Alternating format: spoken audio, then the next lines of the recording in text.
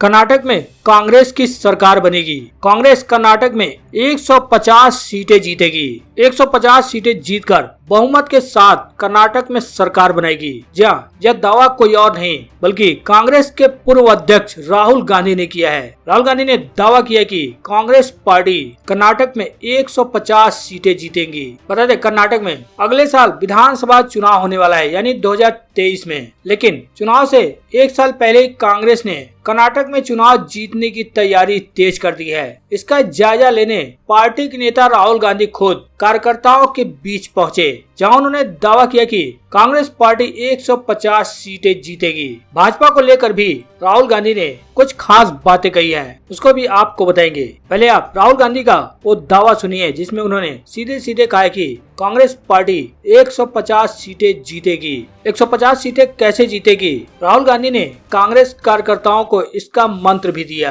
हालांकि अगर कांग्रेस पार्टी इस बार 150 सीटें जीतती है तो पूर्ण बहुमत के साथ कांग्रेस की सरकार बन जाएगी, क्योंकि सरकार बनाने के लिए महज 113 सीटों की आवश्यकता है। बता दें, कर्नाटक में विधानसभा की 224 सीटें हैं। 2018 में भारतीय जनता पार्टी को 104 सीटों पर जीत मिली थी, जबकि कांग्रेस ने 2018 के चुनाव में 78 सीटों पर जीत दर्ज की थी और जेडीएस को 37 सीटों पर जीत मिली थी। हालांकि भारतीय जनता पार्टी सबसे बड़ी पार्टी बनकर उभरी थी, लेकिन रिजल्ट आने के बाद जेडीएस ने कांग्रेस से गठबंधन कर लिया था, जिसके बाद राज्य में कांग्रेस की सरकार बनी थी। हालांकि 26 जुलाई 2019 को भारतीय जनता पार्टी ने कांग्रेस की सरकार गिराकर अपनी सरकार बना ली थी, क्योंकि जेडीएस और कांग्रेस के कई विधायक बागी हो गए थे। इसके बाद कांग्रेस ने जब विधानसभा में बहुमत साबित किया था, तब उनके पास विधायकों की संख्या 113 नहीं हो पाई थी, जिसके बाद सरकार गिर गई थी। 150 सीट से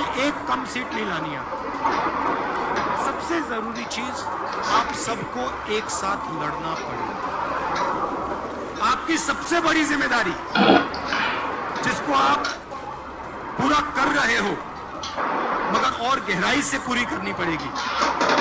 आपको सबको एक साथ मिलकर 150 सीट कांग्रेस पार्टी को जितवानी है। तो आपने सुना, राहुल गांधी ने सीधे सीधे दावा किया कि कांग्रेस पार्टी 150 सीटें जीतनी चाहिए। जहाँ राहुल ने कर्नाटक को पार्टी का स्वाभिमान प्रदेश बताते हुए कहा कि यहाँ हमेशा कांग्रेस पार्टी के समर्थन की भावना रही है। हमारे मन में बहुत स्पष्ट होना चाहिए कि हमें 150 से कम सीटें नहीं मिलेंगी। हम कर्नाटक को फिर से विकास के पथ पर लाएंगे। राहुल का कहना था कि कांग्रेस में वो दम है, कर्नाटक में कौन काम कर रहा है यह पता लगाना बहुत आसान है। हमें हमारे टिकट काम के आधार पर तय करना चाहिए। कांग्रेस विधायकों और कार्यकर्ताओं को संबोधित करते हुए राहुल ने कहा कि आप सभी के लिए सबसे अहम बात है कि आपको एकजुट होकर लड़ने की आवश्यकता है। आपको इसमें और अधिक प्रयास करने की जरूरत है। जब भी आपको मेरी जरूरत होगी, आप सभी के लिए मैं खड़ा हूँ। मैं किसी भी लड़ाई के लिए तैयार हूँ। साथ ही उन्होंने कहा कि कर्नाटक में हम 150 सीटें जीतेंगे। मुझे विश्वास है कि यह सरकार हम बनाएंगे। हालांकि वहीं इसी साल के अंत तक हिमाचल प्रदेश में भी चुनाव होना है। उसको लेकर कांग्रेस ने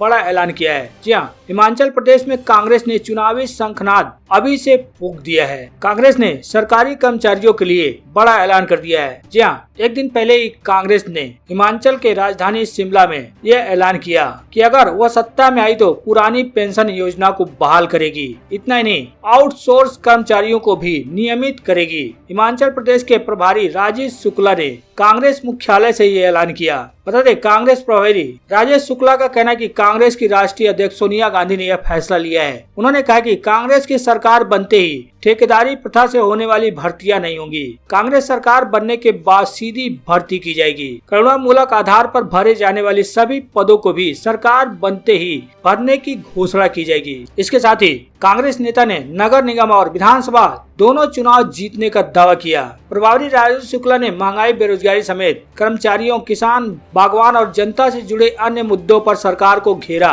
साथ ही नगर निगम, शिमला और विधानसभा चुनाव जीतने का दावा किया। पेट्रोल और डीजल की लगातार बढ़ती कीमत पर भी राजीव शुक्ला ने कहा कि इस मुद्दे पर भारतीय जनता पार्टी सरकार को मनमोहन सरकार की राह पर चलना चाहिए। महंगा कच्चा तेल खरीदने के बाद कांग्रेस सरकार सब्सिडी देगी ताकि आम जनता पर बोझ ना पड़े। उन्होंने कहा कि इस साल के अंत में प्रदेश विधानसभा के चुनाव होने हैं। कांग्रेस ने कहा कि उपचुनाव में कांग्रेस की जो जीत हुई है उस सिलसिले को बरकरार रखना है। इसके लिए सभी नेता और कार्यकर्ता एकजुट होकर कार्य कर रहे हैं। संगठन में बदलाव की खबरों को लेकर उन्होंने कहा कि इस पर पार्टी आला कमान फैसला करेगा। आम आदमी पार्टी के असर को लेकर उन्होंने दोहराया कि कोई असर नहीं होगा। वहीं इस साल के अंत में होने जा रहे गुजरात चुनाव को लेकर भी कांग्रेस पूरी तैयारी में जुट गई है। इसको लेकर बड़ी रणनीति भी बनाने लगी है। कांग्रेस सूत्रों का दावा कि अंदर खाने पार्टी नेतृत्व बड़े पाटीदार नेता नरेश पटेल को मुख्यमंत्री का चेहरा बनाने की रणनीति तक बना रही है। चुनावी रणनीतिकार प्रशांत किशोर इस योजना का अहम हिस्सा है। सब ठीक ठाक रहा तो नरेश पटेल कांग्रेस में शामिल हो सकते हैं। हालांकि नरेश पटेल कौन है जिनके चेहरे पर कांग्रेस दाव लगा सकती है और आखिर क्यों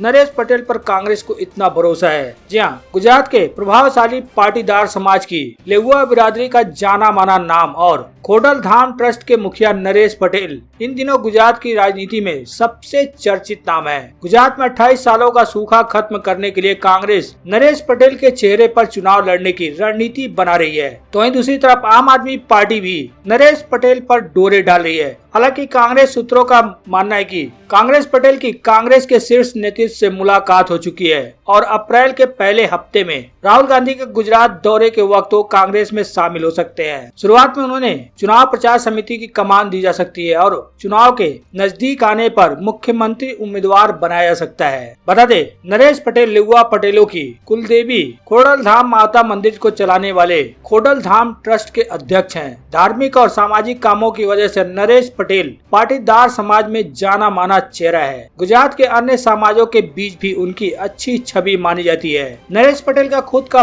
बड़ा व्यापार भी है और पाटीदार समाज के रसूखदारों में उनकी पकड़ काफी है। ऐसे में वो राजनीतिक तौर पर ही नहीं आर्थिक तौर पर भी बेहद मजबूत है। हालांकि इस रणनीति के पीछे प्रशांत किशोर का नाम बताया जा रहा है, जिनके जल्द पार्टी में शामिल होने की संभावना है। प्रशांत किशोर के सवाल पर कांग्रेस नेता शक्ति सिंह गोहिल का कहना है कि लड़की देखने के वक्त नहीं, शादी के वक्त सबको बताया जाता है। गुजरात से राज्यसभा सांसद गोहिल का यह जवाब बहुत कुछ बताता है, क्योंकि माना जा रहा है कि प्रशांत किशोर कांग्रेस में शामिल हो सकते हैं। हालांकि 5 राज्यों में भी कांग्रेस ने जीत का दावा किया था, लेकिन जहां पर 4 राज्यों में कांग्रेस की सरकारें नहीं थी वो तो कांग्रेस के हाथ से निकला ही। जहां पर कांग्रेस की सरकार थी यानी पंजाब में, पंजाब भी कांग्रेस के हाथ से निकल गया है। ऐसे में कांग्रेस को बड़ा झटका लगा इन 5 राज्यों के चुनाव में। अब इससे उबरने के लिए कांग्रेस इन तीनों राज्यों को जीतने की पूरी तैयारी में जुट गई है।